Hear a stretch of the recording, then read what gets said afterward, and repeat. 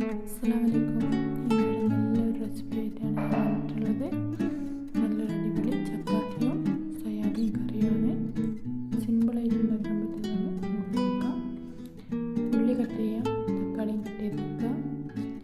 ചെറുതായിട്ട് കട്ട് ചെയ്ത് വെച്ച ഇഞ്ചിയും വെളുത്തുള്ളിയാണ്.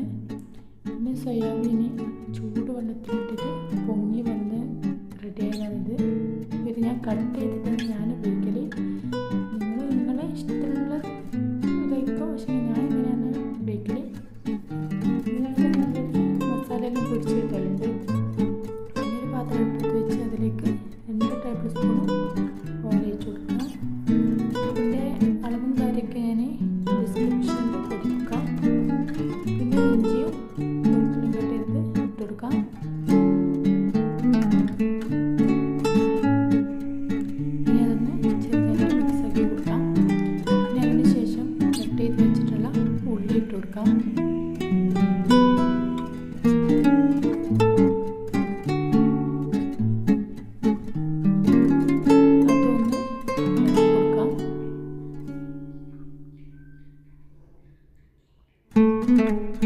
ഉള്ളി പെട്ടെന്ന് വാടിക്കിട്ടാൻ വേണ്ടിയിട്ട് അതിലേക്ക് കുറച്ച് ഉപ്പിട്ട് കൊടുക്കാം. എന്നിട്ട് നല്ല രീതിക്കൊന്ന് മിക്സാക്കി എടുക്കുക.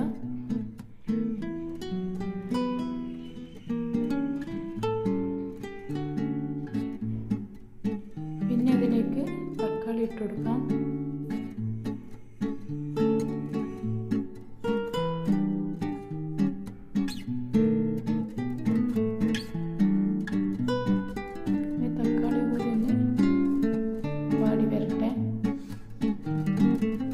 അതിനുശേഷം മുളക് പൊടി, മല്ലിപ്പൊടി, മഞ്ഞൾപ്പൊടി, കുറച്ച് ഗരം മസാല.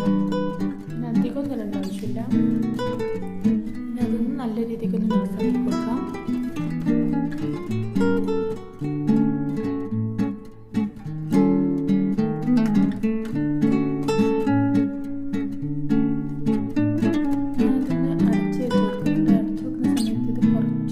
സോഫ്റ്റായിട്ട് കിട്ടും. മസാലയൊക്കെ നല്ലൊരു ആയിട്ട് കിട്ടും. പിന്നെ ഞാനിങ്ങനെ അടച്ച് വെക്കുന്നുണ്ട്. പിന്നെ അതിലേക്ക് കട്ട് ചെയ്ത് വെച്ചിട്ടുള്ള സോയാബീൻ നല്ല രീതിക്ക് ഇളക്കുക. അപ്പോൾ ഇളക്കുന്ന മിക്സാക്കി കൊടുക്കുന്ന വീഡിയോ ഞാൻ ഷൂട്ട് ചെയ്യാൻ വിട്ടുപോയതാണ്. എന്നിട്ട് അതിലേക്ക് 1 കപ്പ് വെള്ളം ഒഴിച്ച് നല്ല രീതിക്കൊന്ന് മിക്സാക്കുക. സിമ്പിളായിട്ട് ഉണ്ടാക്കാൻ പറ്റിയ കറിയാണിത്. ഹെൽത്തിയുമാണ്.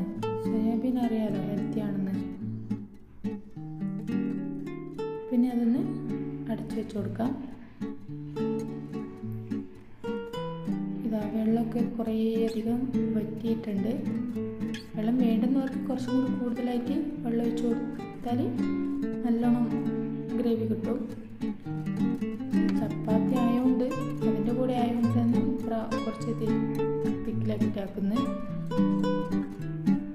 ഇങ്ങനെ തുറന്ന് വീണ്ടും ഒന്ന് അടച്ച് ഇനി അതിലേക്ക് മല്ലിച്ചപ്പ് ഇട്ട് കൊടുക്കാം. പിന്നെ അത് ഉപ്പ് പാകമാണോ നോക്കുക. എന്നിട്ട് അതിലേക്ക് ഉപ്പിട്ട് കൊടുക്കാം.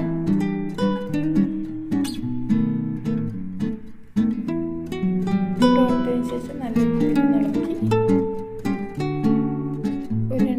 1 മിനിറ്റ് വെച്ചതിന് ശേഷം ഫ്ലെയിം ഓഫാക്കി കൊടുക്കാം. കറി ഏകദേശം ഇവിടെ ആയിട്ടുണ്ട്.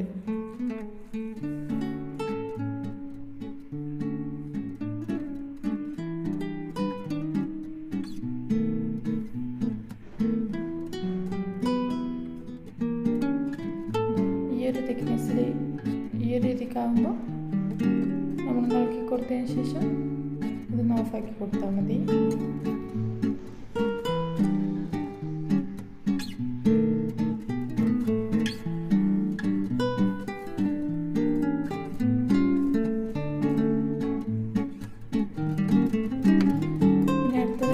ചപ്പാത്തി ഉണ്ടാക്കാം.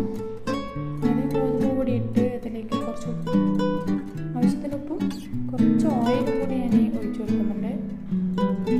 കുറച്ച് സോഫ്റ്റ് ആയിട്ടാണ് നമ്മൾ ഉണ്ടാക്കുന്ന സമയത്ത്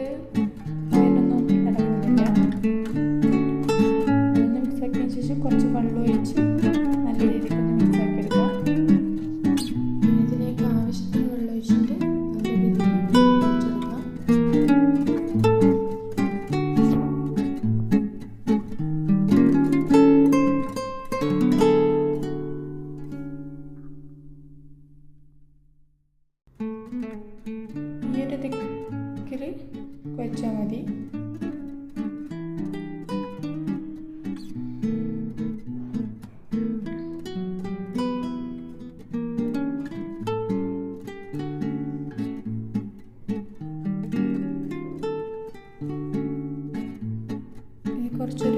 കുറച്ച് പൊടിയിട്ട് കൊടുത്ത് നമുക്കത് പരത്തിയെടുക്കാം. ഈ ഒരു വണ്ണത്തിലാണ് ഞാൻ എടുക്കൽ. അപ്പോൾ അത് നല്ല രീതിക്ക് ഇങ്ങനെ കൈമേൽ വെച്ചിട്ട് നല്ല രീതിക്ക് ഇങ്ങനെ ഉണ്ടാക്കിയെടുത്താൽ നല്ല രീതിയിൽ റൗണ്ട് ഷേപ്പിൽ പരത്തിയെടുക്കാൻ പറ്റും.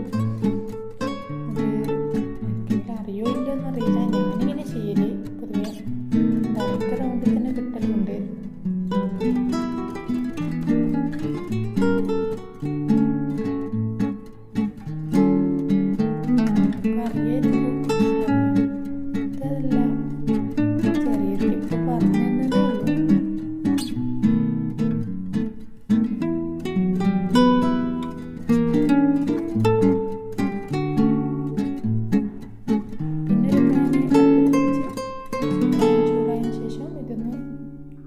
കൊടുക്കാം.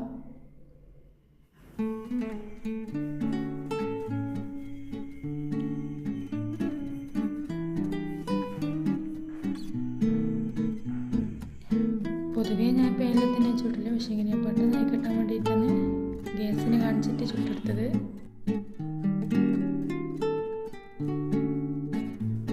അങ്ങനെ കറിയും ചപ്പാത്തിയൊക്കെ റെഡിയായി നമ്മൾ കഴിക്കാൻ വേണ്ടിയിട്ടുണ്ട്. ഇഷ്ടമായ സബ്സ്ക്രൈബ് ചെയ്യുക.